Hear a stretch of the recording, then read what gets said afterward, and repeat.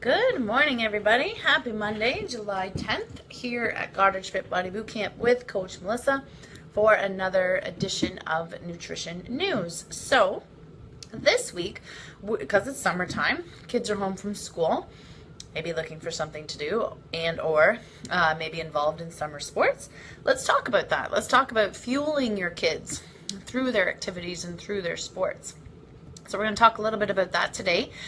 Before we do, let's just go over what's happening here in our gym with our members this week. Another great week here in the gym, and our affirmation of the week, which we've just started doing. Our affirmation of the week is, I can start a healthy habit. So all week long, starting this morning at pretty early in the morning, we are talking about healthy habits this week with our members. So what habit could you work on this week? It's a choice. Everyone has a choice. Everything you do is a choice, and you can choose to implement a healthy habit starting today, starting this week. Why not? Some I've heard already today. I can sleep. I can work on my sleep. I can work on getting 7 hours or more a night. I can work on eating more vegetables. I can work on making better choices. I could work on drinking more water. I could work on eating at home more often. In my Fit Body Forever group, which is my 55 and older group, just did 2 sessions of that just before now, and I talked to them about it too. And one member is working on going up and down the stairs from her cottage to the beach, and she's working on doing that 3 times a day. So that's her new healthy habit. It could have to do with positive mindset. So I'm going to work on finding more positives in the day, each day. What could you work on this week that is a healthy habit? That's what I am asking my members about, our members about this week. So that's one thing that we're working on.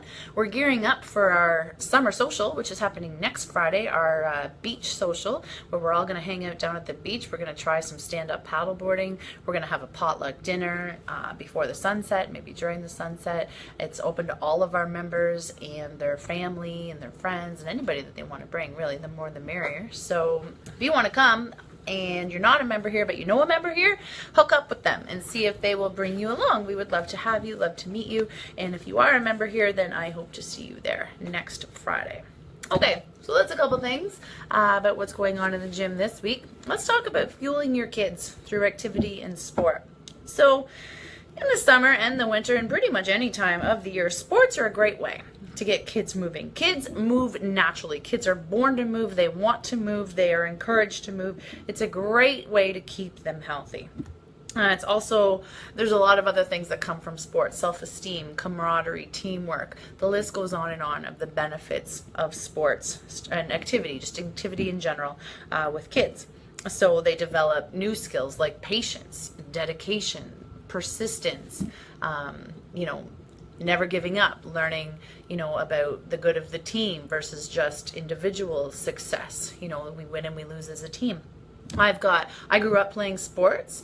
I played baseball pretty much from the time I could walk. My dad coached myself and my brother most of our childhood.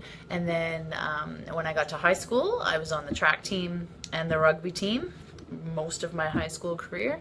And then I played baseball again up until after my daughter was born.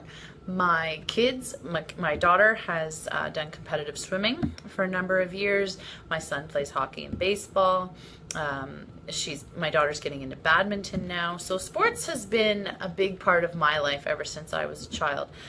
My brother played baseball throughout, and still actually is playing baseball, and has played on all Ontario teams, has played internationally. So sports is a big part of my life too. The thing though, when it comes to activity and kids and sports, that often gets overlooked is their nutrition. And that's what I want to talk about today. Because when it comes to snacking at sports, a lot of the times the snacks aren't really doing anything for, fueling them or to help with their nutrition. It's mostly quick, portable, easy, convenient snacks that are taken along or that are given, before they go or after they're done. And most of them have added sugar.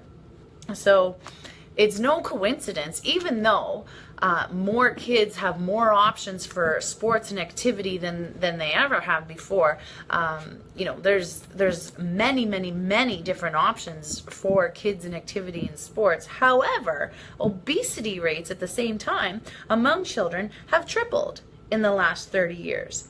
So there's an increased rise of processed snack foods, most of which, like 2/3 of which, contain added sugars. So yeah, there's a whole bunch of new options and, varied options for kids of all ages and all abilities for sports and activities. And yet the obesity rates keep rising because of the increase in sugar added convenient processed foods. So what can you do to make sure that your child or the children in your lives or the kids that you coach are adequately and healthily fueled for those activities? My suggestion would be to get back on track with nutrition, nutritionally dense, real whole food options, shifting the focus back to fundamentals as opposed to convenience and, packaged processed foods. So here are some tips in order to do that. 1, protein at every meal. This is one of our healthy habits for adults. It's no different for children. Recovery from exercise is a 24-hour process. It's not just immediately after. It happens when you sleep as well. Rather than simply just what you're eating in the hours after your sport, it's a day, it's a consistent process. So it's really important because protein provides the building bricks or the building blocks that builds everything in your body, from your red blood cells to your immune cells to neurotransmitters to muscles, etc., etc., etc. You're aiming for the 1 palm size portion of protein every time you eat. So size and thickness of the palm, and that's relative to the size of the person. So same deal for a child. It's relative to the size of their size and thickness of their palm. That's the portion size. It's not the size that you eat or the size that dad eats, or the size that grandpa eats. It's their palm. So a palm size of portion at breakfast, lunch, dinner, pretty much every time that they eat. Great options include eggs, Greek yogurt, meat, all different types of animal protein, so beef, chicken, fish, seafood, pork, as well as different vegetarian sources like beans, legumes. There's lots of people ask, what about protein powder in a child? Protein powder isn't going to hurt a child, but I would always recommend whole food, natural food sources of protein first before resorting to protein powder. If a child is tired, frequently sick, or run down, try adding more protein to their diet. A lot of kids are protein deficient. A lot more than you think are protein deficient. Try adding more protein into their diet. It's a great way to increase micronutrients like zinc, iron, vitamin B12, and different ones that increase and support their recovery and their overall health. So protein at every meal. And I know from experience with my own daughter, this is a struggle, and it's something that we have to consciously work on with her each day.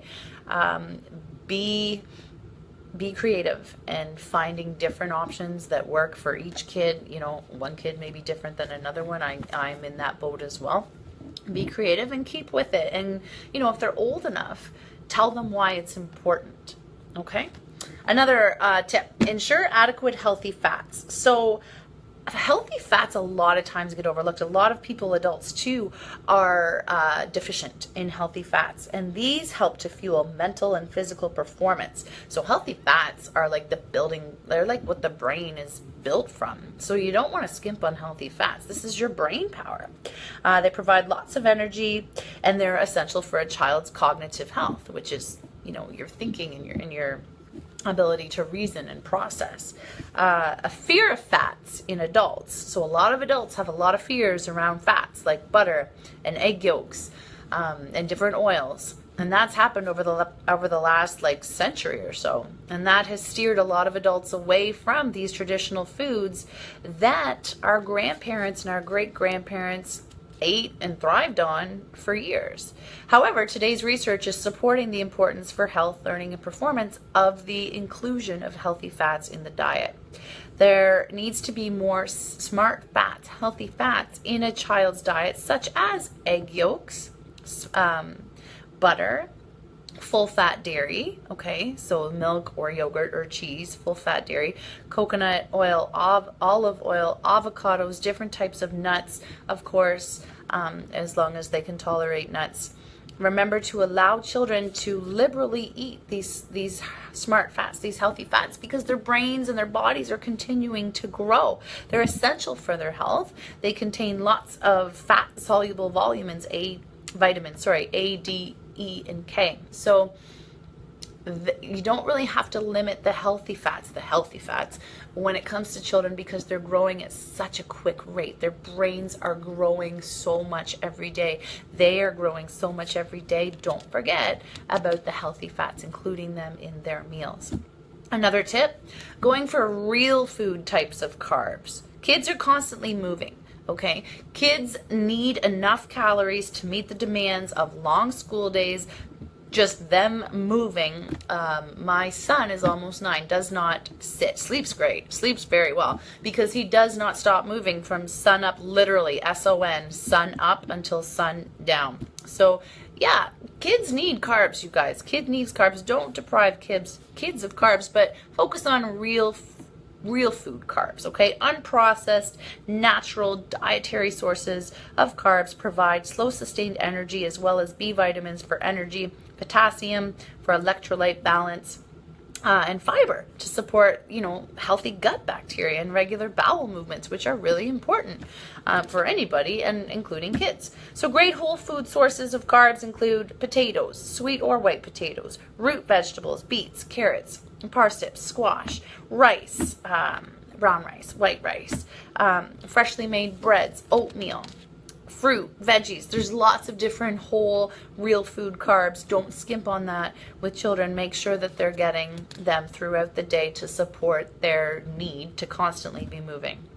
Another tip, make sure they eat enough, okay? Right before games, right before practices, especially for working families, of which I am part of one, is really hard. And I know it's really hard to ensure that your kids are eating before they go, and eating, good food before they go. Right before this period of activity, go for quick acting natural foods like natural sugars in fruit, or berries, apples, bananas, dried fruit like raisins, dates, or mangoes to fuel them through their activity.